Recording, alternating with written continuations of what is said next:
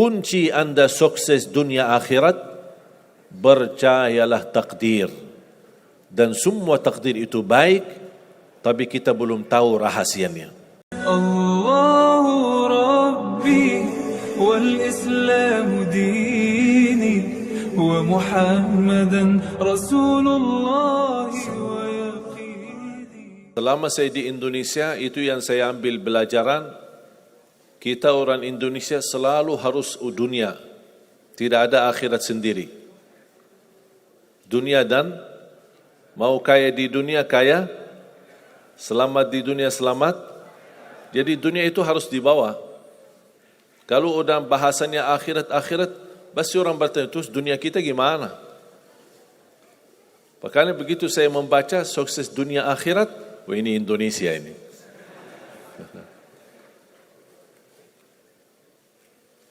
Bahkan hampir setiap ibadah kita pasti yang dikejar dunia.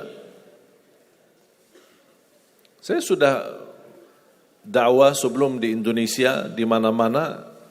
Tapi baru pertama kali pas saya di Indonesia diminta amalan, gimana supaya dapat amalan mudah kerja, dapat amalan mudah urusan, dapat amalan lancar rezeki, dapat amalan.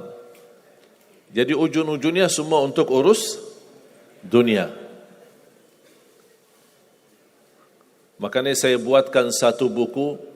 Habis saya sudah fahami dan belajari karakter orang Indonesia. Orang Indonesia dah mau yang ribet-ribet, mau yang mudah, yang enak dan masuk surga. Betul? Makanya saya buatkan satu buku, 20 amalan mudah tapi pahalanya sangat menakjubkan. Mudah diingat, mudah dihafal, mudah diamalkan, tapi pahalanya sangat luar biasa. Bapak Ibu jamaah sekalian, kalau benar-benar ingin anda sukses dunia akhirat, harus kita percaya sepenuhnya takdir. Kuncinya di situ. Percaya sepenuhnya takdir. Takdir itu menjadi salah satu rukun iman. Rukun iman ada berapa? 6. Rukun Islam? 5. Salat berapa waktu? 5 atau 4? Yakin 5. Soalnya benar tak salat subuh.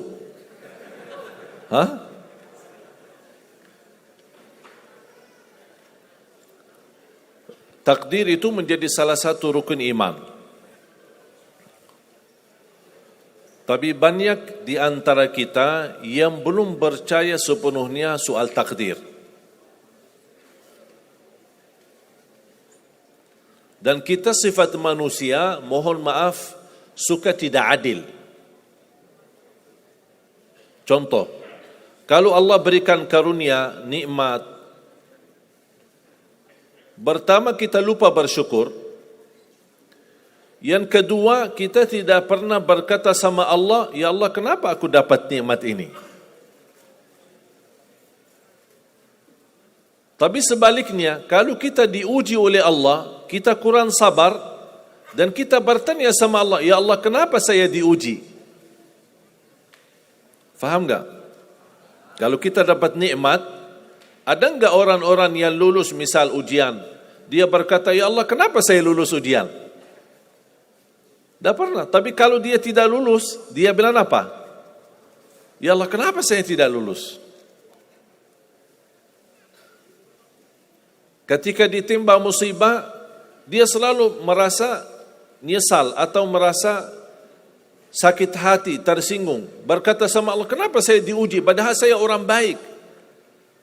Saya jaga salat, saya berusaha mendekat sama Allah. Tapi saya merasa bertambah berat ujiannya. Tapi sebaliknya, ketika diberikan nikmat, dia tidak pernah menyebutkan, ya Allah kenapa saya mendapatkan nikmat ini? Kayaknya si fulan lebih fantas mendapatkan nikmat. Itu tanda manusia tidak adil. Tidak bersikap adil. Makanya subhanallah, semakin anda mantap imannya terhadap takdir, semakin hidupmu jadi nikmat. Saya kasih contoh.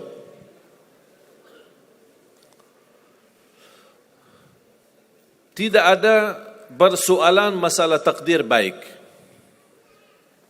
Itu bukan masalah bagi kita. Justru kita bertambah senang kalau kita mendapatkan takdir yang baik. Tapi yang menjadi persoalan bermasalah bagi kita adalah takdir buruk. Ketika ditimpa musibah, ketika ada ujian, ada sakit, kesulitan, penghasilan yang tidak mencukupi, dan banyak masalah keluarga, masalah rezeki, masalah sama majikan, masalah di kerjaan, itu yang membuat banyak beban fikiran.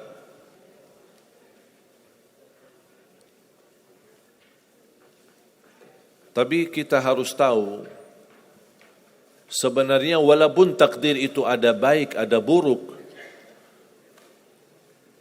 kenyataannya buruk, nampaknya buruk, tapi hakikatnya baik. Hakikatnya baik. Tapi kapan kita bisa tahu takdir yang buruk ini bisa menjadi baik bagi kita? Belum tentu sesaat terjadi ujian itu. Bisa jadi belakangan, bahkan bisa menjadi sekian lama baru kita tahu dan sadar ternyata takdir itu baik bagi kita.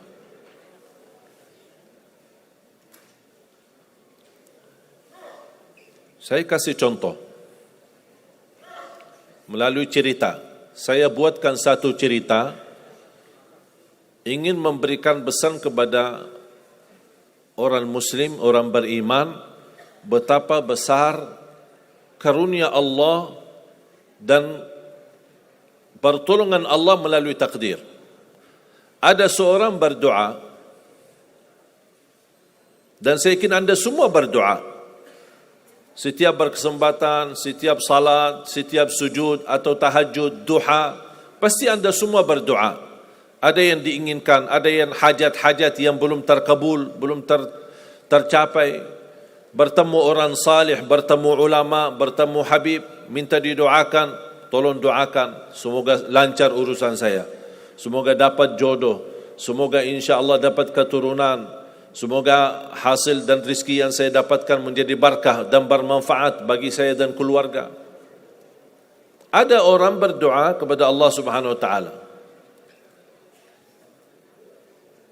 Mohon jamaah sekalian dengar cerita ini baik-baik, karena ada pesan hikmah yang kita bisa ambil.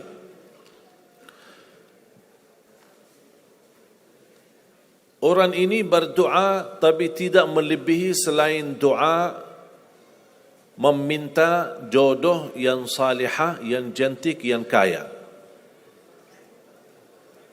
Itu aja doanya, tak ada yang lain. Setiap salat, ya Allah, jodoh yang salihah, yang cantik, yang kaya. Tahajud, ya Allah, jodoh yang salihah, yang cantik, yang kaya. Doa pas buka puasa, itu aja doa, tidak ada yang lain. Tidak minta ampun, tidak minta rahmat, tidak minta karunia, tidak minta keselamatan. Butuh banget ini jodohnya. Dapat rezeki sedikit, dapat kemudahan berangkat haji. Selama dia berhaji, selama dia tawaf 7 kali, itu aja doanya. Ya Allah, jodoh yang salihah, yang cantik, yang kaya. Safa Marwah sa'i, ya Allah, jodoh yang salihah, yang cantik, yang kaya. Tak ada yang lain. Ketika satu malam dia sudah di tengah air, berjalan malam hari santai-santai di kampung sambil membayangkan jodohnya, menghayal bagaimana cantiknya. Pas di dalam perjalanan dikejar anjing. Dia lari, dan justru anjing semakin lari semakin dikejar. Makanya kalau ketemu anjing jangan lari. Akhirnya anjing berhasil gigit kakinya, berdarah. Datang mobil ambulan, dibawa ke rumah sakit. Di dalam mobil ambulan, dia merasa menghadapi ujian. Dan dia berkata, ya Allah, selama ini saya berdoa minta jodoh, yang salihah, yang cantik, yang kaya, masa dikirimkan anjing? Dia belum tahu ada apa. Dan ini yang sering kita lakukan, terlalu cepat respon dan berkata yang tidak baik ketika kita diuji oleh Allah. Sedangkan kita belum tahu apa yang akan terjadi sesudah itu. Ambulan dibawa ke rumah sakit dan subhanallah dirawat di rumah sakit seorang dokter yang cantik, yang salihah, yang kaya, jadi jodohnya. Ada hikmah enggak digigit anjing? Buruk enggak kejadian itu? Buruk, digigit anjing pasti buruk. Tapi ternyata di dalam keburukan Allah menyediakan sesuatu kebahagiaan, sesuatu kebaikan, tapi kita belum tahu. Ternyata Allah sudah kabulkan doanya. Allah sudah kabul. Cuman kadang-kadang proses menabulkan doa itu ada di antara doa kita yang memang prosesnya lewat takdir buruk. Allah sudah kabul. Kata Allah, aku sudah kasih. Tapi tunggu. Seperti ini orang, doanya terus, ya Allah jodoh yang salih, yang cantik, yang kaya, jodoh yang salih, yang cantik, yang kaya. Allah sudah kabulkan doanya, tapi jodohnya ada di rumah sakit. Berarti harus sakit dulu. Gimana cara sakit dulu? Allah punya bermacam cara, berbagai macam cara. Bisa sakit, tiba-tiba sakit, bisa apa saja alasannya. Di antaranya tentara Allah yang ada di bumi, semua yang bernyawa makhluk Allah, patuh dan taat kepada Allah Subhanahu wa taala. Di antaranya anjing. Allah perintahkan gigit si fulan biar ketemu jodohnya di rumah sakit. Jalanin tugas. Memang kita menyesal ketika terjadi kecelakaan, tapi kita tidak tahu apa hikmah di belakang kecelakaan itu. Dan sering saya bilang sama jamaah, mudah-mudahan Allah kabulkan semua hajat-hajatmu. Walaupun digigit, mau enggak digigit anjing dulu?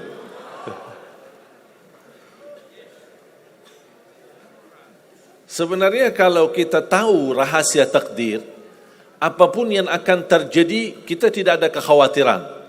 Karena kita tahu sesudah ujian ini pasti ada sesuatu kebaikan. Dan yakini Bapak Ibu, Allah Subhanahu wa taala Maha baik. Allah tidak senang menyusahkan hambanya. Tapi kadang-kadang proses untuk menuju kebaikan ada kesulitan dan tantangan. Seperti cerita seorang bapa yang bercita-cita untuk berhaji. Saya bertemu seorang jamaah, usia sudah mungkin 80-an, 80 tahun lebih. Saya pas bertemu diceritakan ini marbot masjid, ahli masjid. Saya berdialog, bertahun-tahun Masya Allah, kerjaannya hanya lap-lap masjid, bersihkan masjid, jaga masjid. Saya berkata sama beliau, Pak, apa yang Bapak inginkan? Tahu enggak jawabannya apa? Saya ingin haji. Tapi saya orang tidak mampu. Doakan mudah-mudahan saya bisa haji. Saya bilang insya-Allah Pak, kalau soal haji, soal umrah itu tidak tergantung dengan kemampuan. Ada orang yang tidak punya uang sama sekali tapi dapat dipanggil bisa haji. Karena haji dan umrah itu hadiah dan panggilan Allah Subhanahu wa taala bagi hambanya. Bahkan justru ada orang yang banyak hartanya tapi tidak tertutup hatinya untuk ke tanah suci. Boleh kita bercita-cita, berkeinginan ke tanah suci, tapi jangan digantungkan persoalan ini masalah kemampuan. Nanti kalau saya ada uang, saya mau haji dan umrah. Belum tentu saat sudah ada uang, belum tentu haji dan umrah.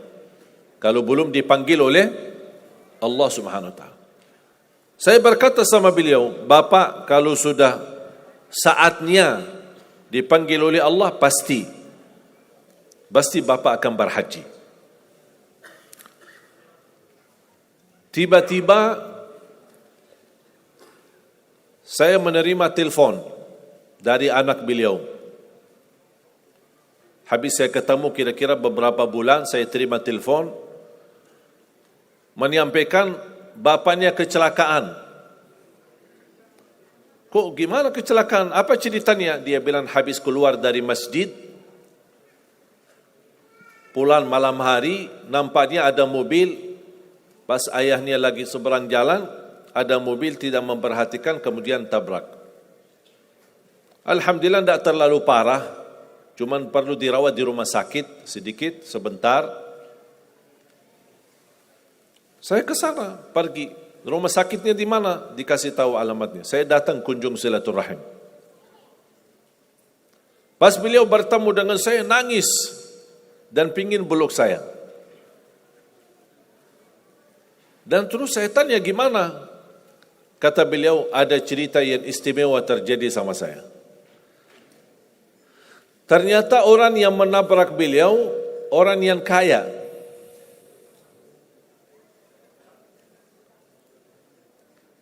Habis itu orang yang kaya minta maaf sama si bapak ini.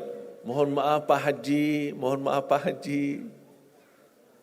Beliau tambah nangis. Orang kaya bingung ya, kenapa sih setiap mohon maaf malah nangis dia. Ditanya kenapa Pak nangis, sakit?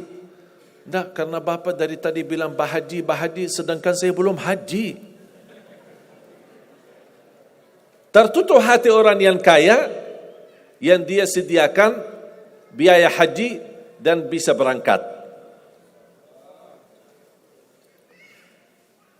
Dan kata beliau, betul apa yang disampaikan ketika pertama kali bertemu. Kalau sudah saatnya dipanggil oleh Allah, pasti bisa ke tanah suci. Walaupun ditabrak mobil. Berarti intinya apa?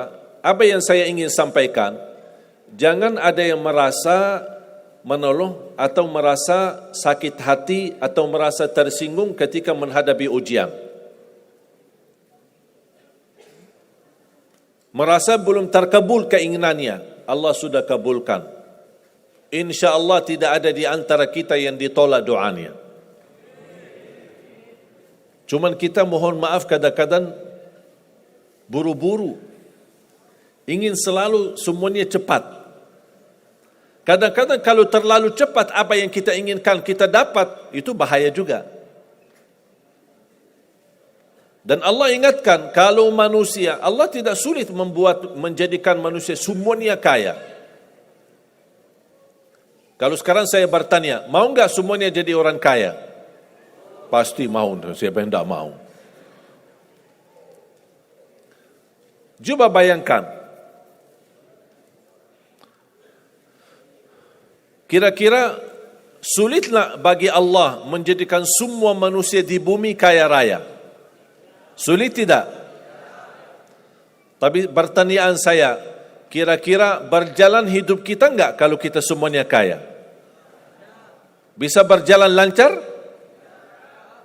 Masa enggak? Semuanya kaya raya. Gimana kehidupan kita sehari-hari? Berjalan lancar tidak? Kenapa tidak?